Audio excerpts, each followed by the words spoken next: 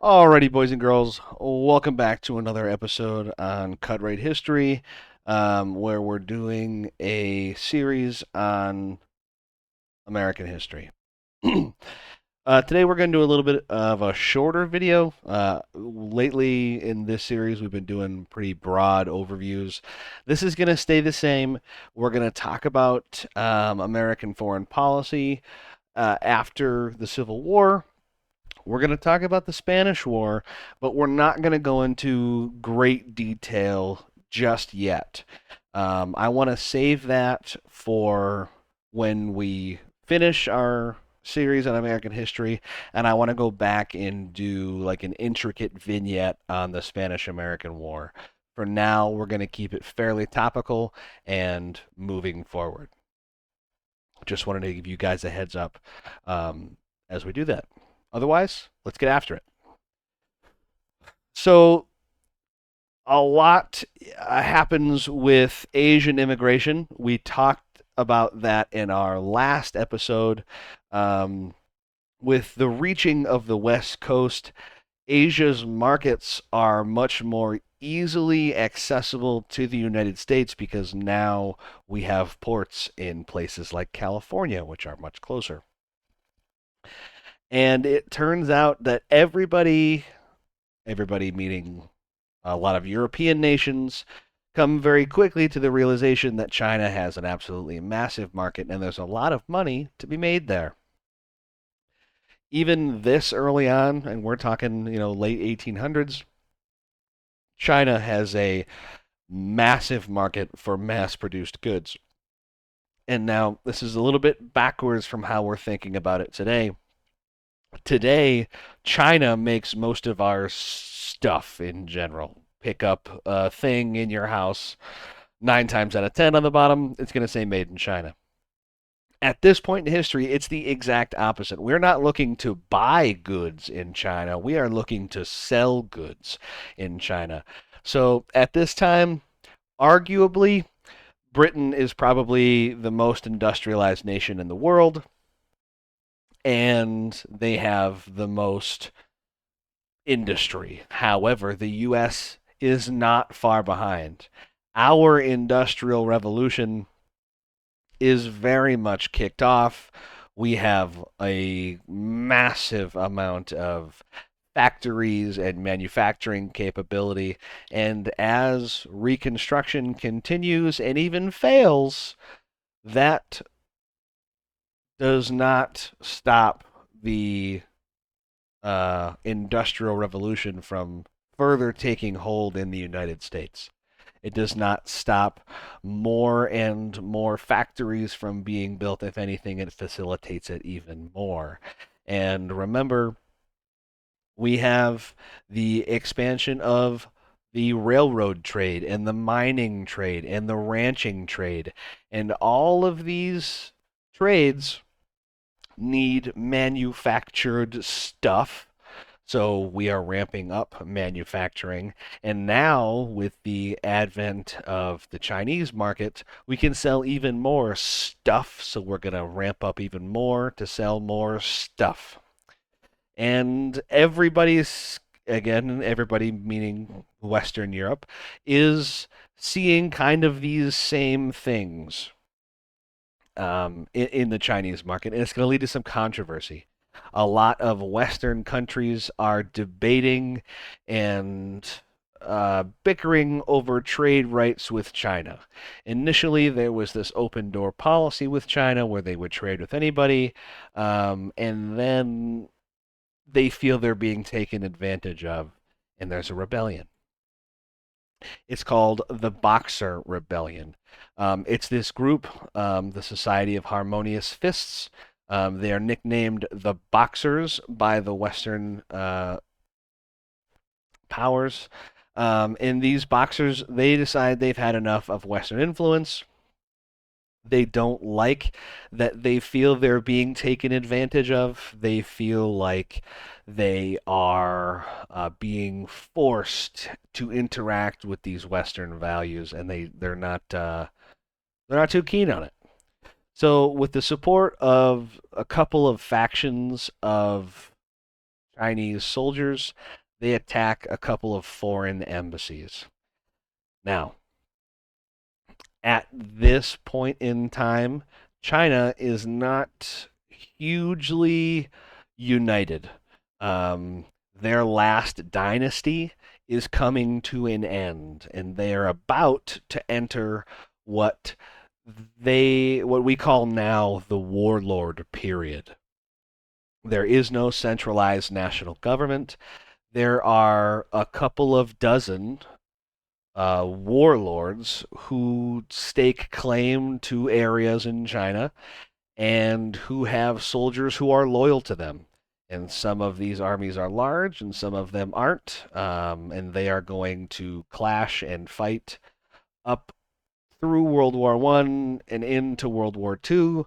And it's World War Two that ultimately stops the fighting, brings them together to fight off the Japanese. But as soon as World War Two is over, they go right back at it.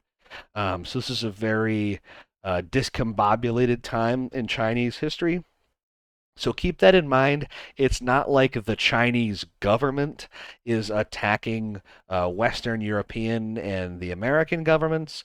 It's some factions of some warlords who are doing this. And it's organized by the Boxers. And in this rebellion, 200 foreigners are killed. In the picture I have here, there are a bunch of the different militaries who went there and were vying for trade rights with China, and it's soldiers of these countries that die during the Boxer Rebellion. And accompanying this, the German ambassador to China is murdered. Following that, 50,000 troops from all of those countries for your viewing knowledge, are Germany, Austria Hungary, Britain, France, Italy, Japan, Russia, and the United States. And these 50,000 troops go to China. They put down the rebellion. They're going to rescue the prisoners that the Boxers had taken and secure the Chinese market for trade with the West. And that's kind of how China is forced into trade with the West. When we start talking a little bit more about uh, world history, we'll talk about how Japan was opened to the West. A lot of similarities there. What I have here linked at the bottom, yes, I know you can't click it in the video. It's just there to remind me to link it in the description, is another Fat Electrician video about the Boxer Rebellion, specifically a U.S. Marine named Dan Daly, who had quite the feat during the Boxer Rebellion, earned him a Medal of Honor. Super cool video. Like I've said a million times before, I love the Fat Electrician. Go check his channel out. I love him. He was a massive, massive inspiration for this one. So please go give him some love. That said, with the Boxer Rebellion sort of quelled, there are other things going on in other parts of the world. And before we talk about what's going on in Cuba with the Spanish, I want you to remember, think back to last episode when we talked about the Chinese Exclusion Act and how I said that was kind of the beginning of this idea that the United States wants to be isolationist. They don't want to have to care about the rest of the world. They want to worry about themselves. They don't want to spend money elsewhere. They also don't want to be seen as the same as the rest of Europe and some parts of Asia, like the Ottoman Empire. They don't want to be seen like an empire at all. There's a reason that the United States doesn't have colonies. And even when it does have functional colonies, which we will see very shortly, they're never called colonies. They don't like being affiliated with that. It would be and is very hypocritical of the United States to engage in imperial and colonial endeavors, having declared independence from an empire. However, that's kind of the way the world works. We're going to see that with basically every other country ever. A lot of countries who declared independence from Spain and Britain, we're going to see the same thing. The United States doesn't want that connotation. So we're going to do our best to stay out of external affairs. However, some of them hit very close to home, like 90 miles from Miami, and that is Cuba. So in the 1890s, Cuba and Puerto Rico were the only remaining colonies of Spain. By the time the late 1800s rolls around, Spain is a failing empire. They are crumbling. They do not have the means to continue the way that the UK especially is going to. And France is going to uh, they're going to try to do. They're certainly going to do better than Spain. They're not going to do as good as the UK, but they will hold on to a lot of colonial territories well after World War II. And we will see that Spain will not. And all of that said, back to Cuba, a lot of Americans see the Spanish as tyrants.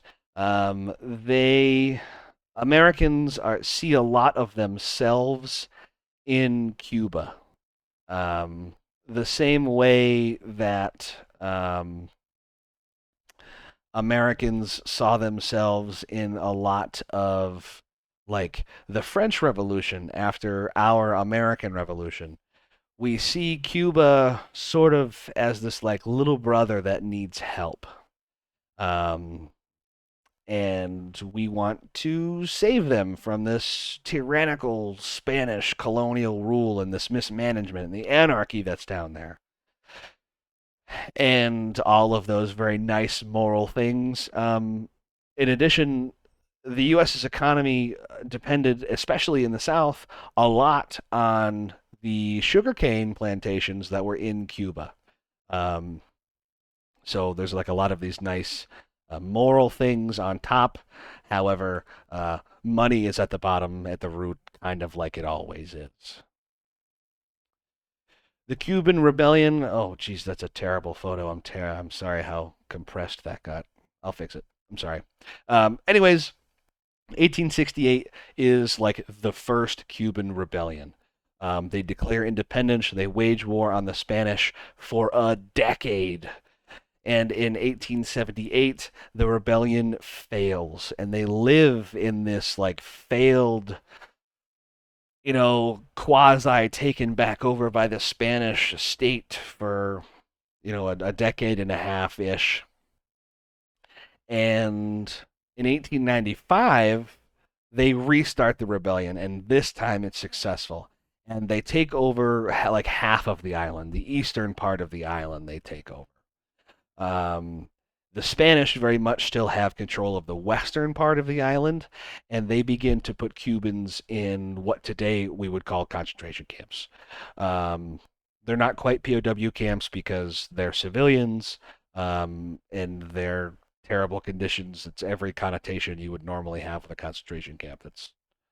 There's really no way around that. And they did that as a show of force for sure, but also simply to prevent people from escaping and going to join the rebels in the east. And in these camps, like I said, conditions were not great. They're exactly what you thought they were when I said concentration camp.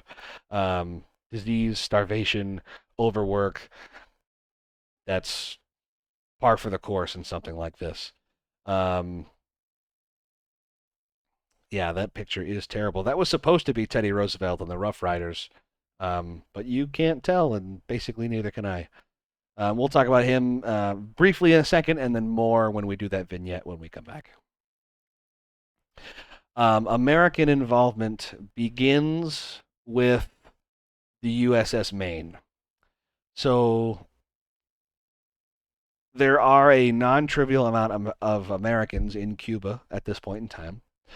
And worried that this conflict is going to cause those Americans to be evacuated back to the U.S., the U.S. Navy sends the USS Maine to Havana.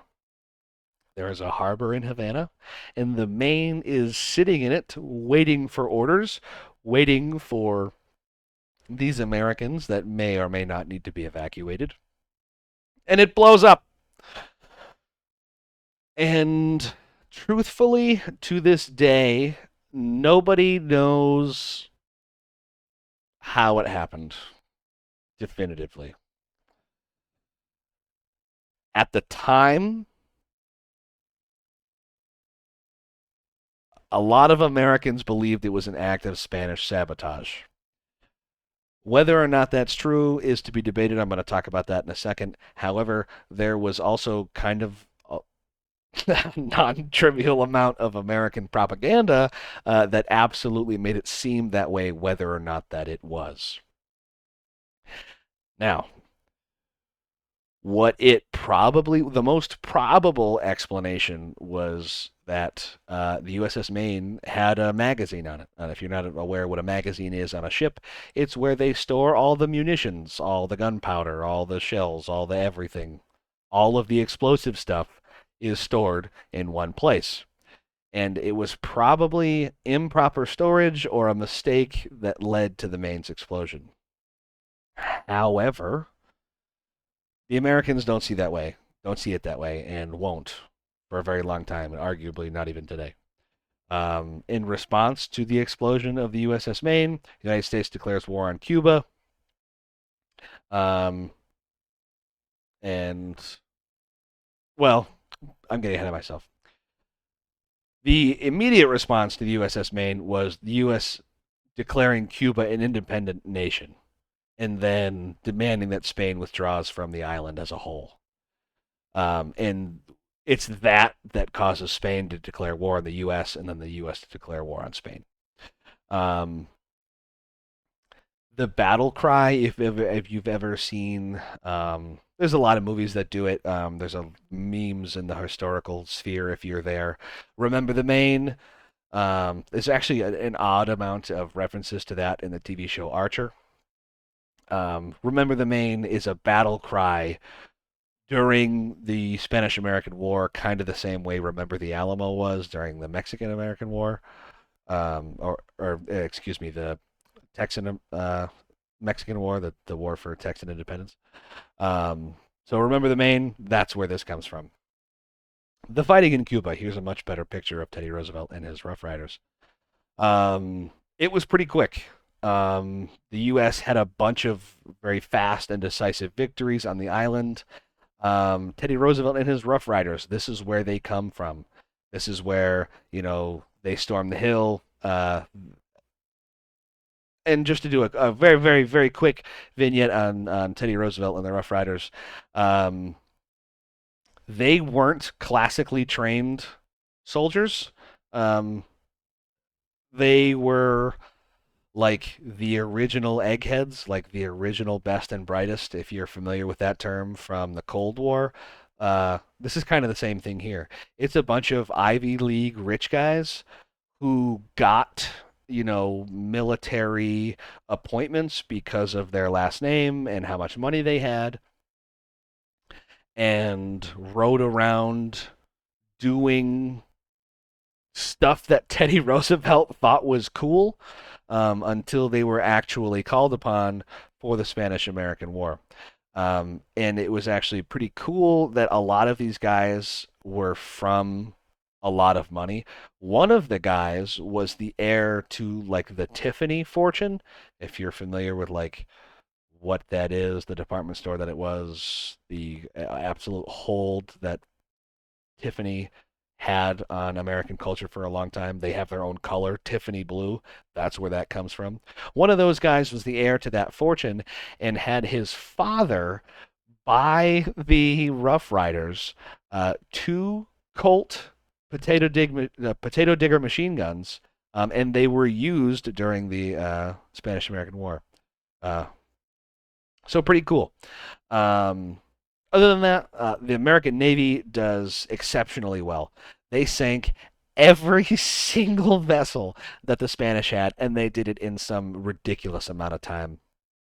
Um, if I remember, I'll look it up and put it in post. But in some crazy short amount of time, the American Navy just smokes the Spanish one. Um, and things were going so well that while they were at it, they also took the island of Puerto Rico. This is where that becomes an American territory, or the beginnings of one, anyways, um, because of the perceived mismanagement of Cuba by Spain. That's why Puerto Rico is a part of the United States. This extends to the Philippines, mostly by way of the Navy and the Marines.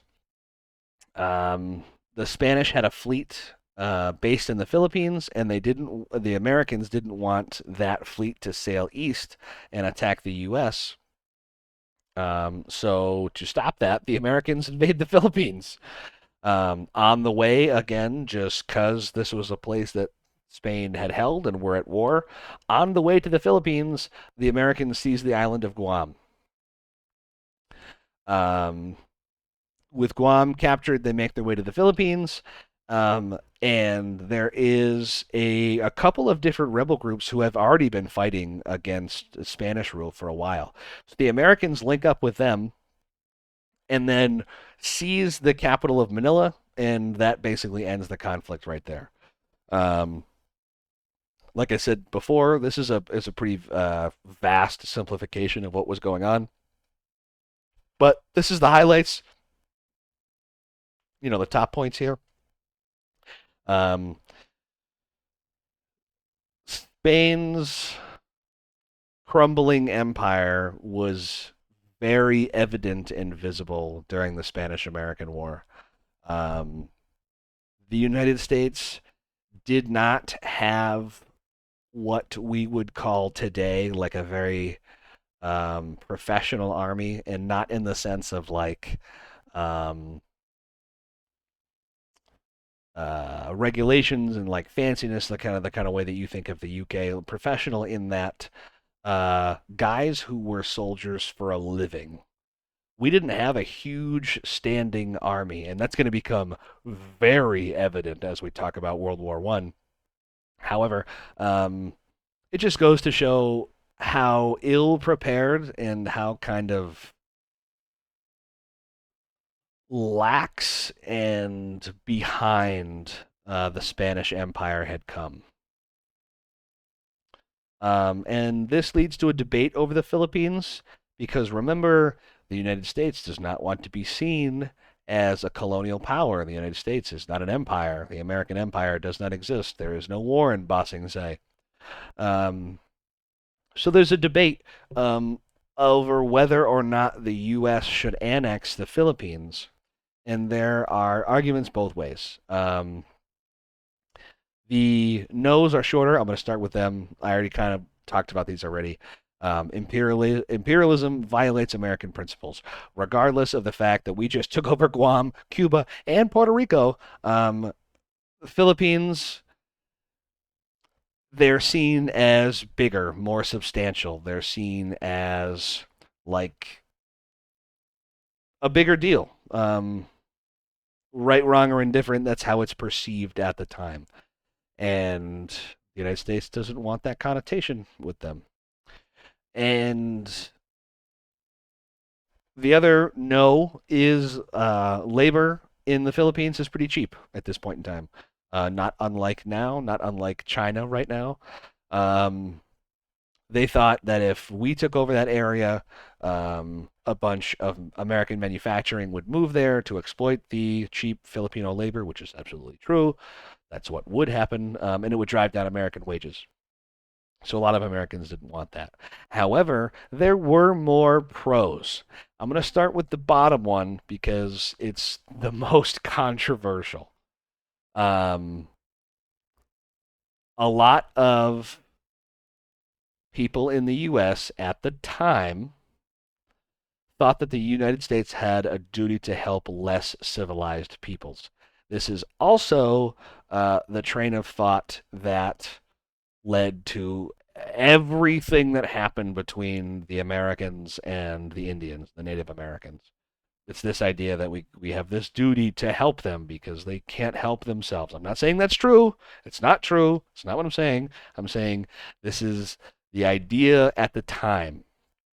Remember, I've talked about it before, but be aware of presentism when you're going through history.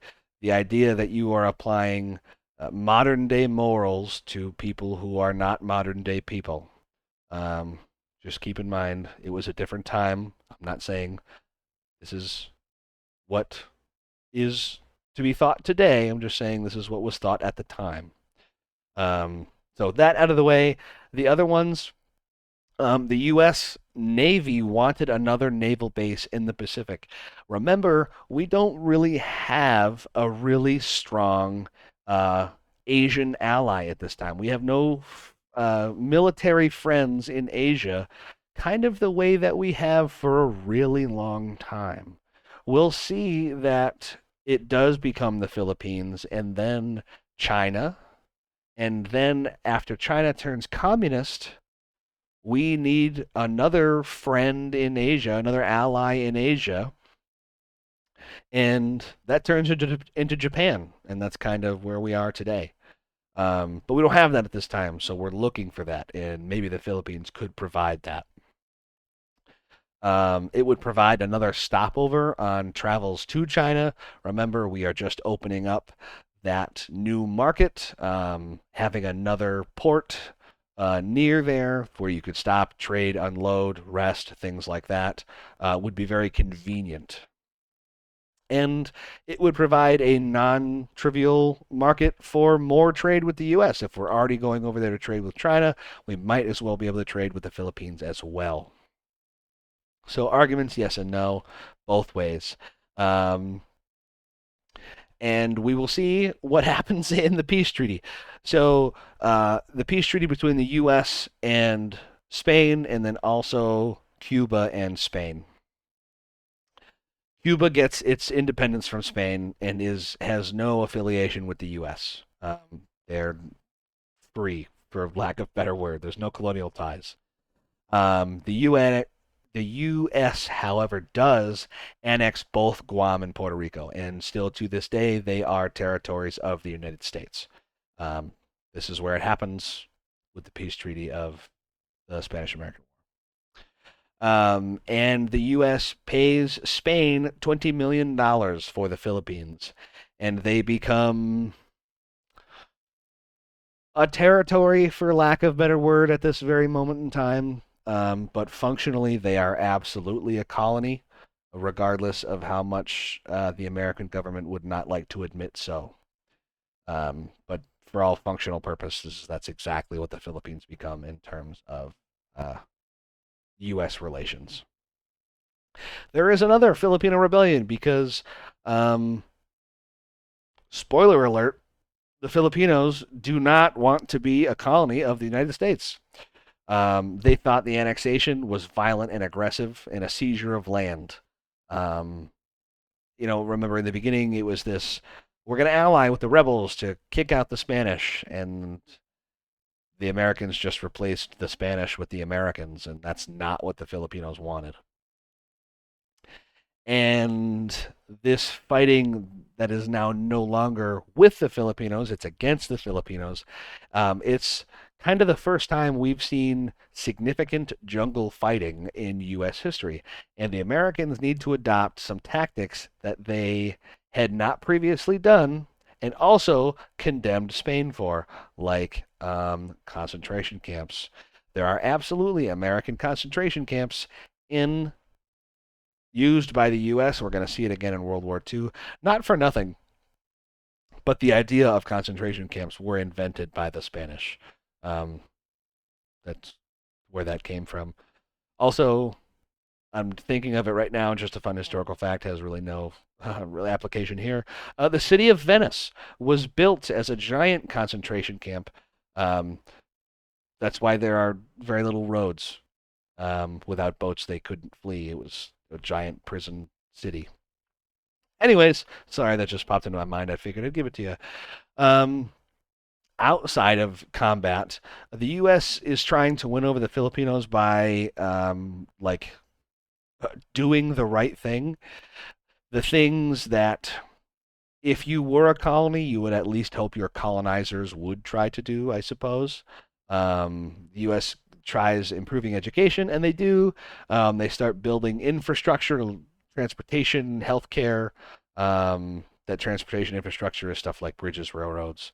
They're going to start a public school system, and this does quell Filipino aggression kind of a lot.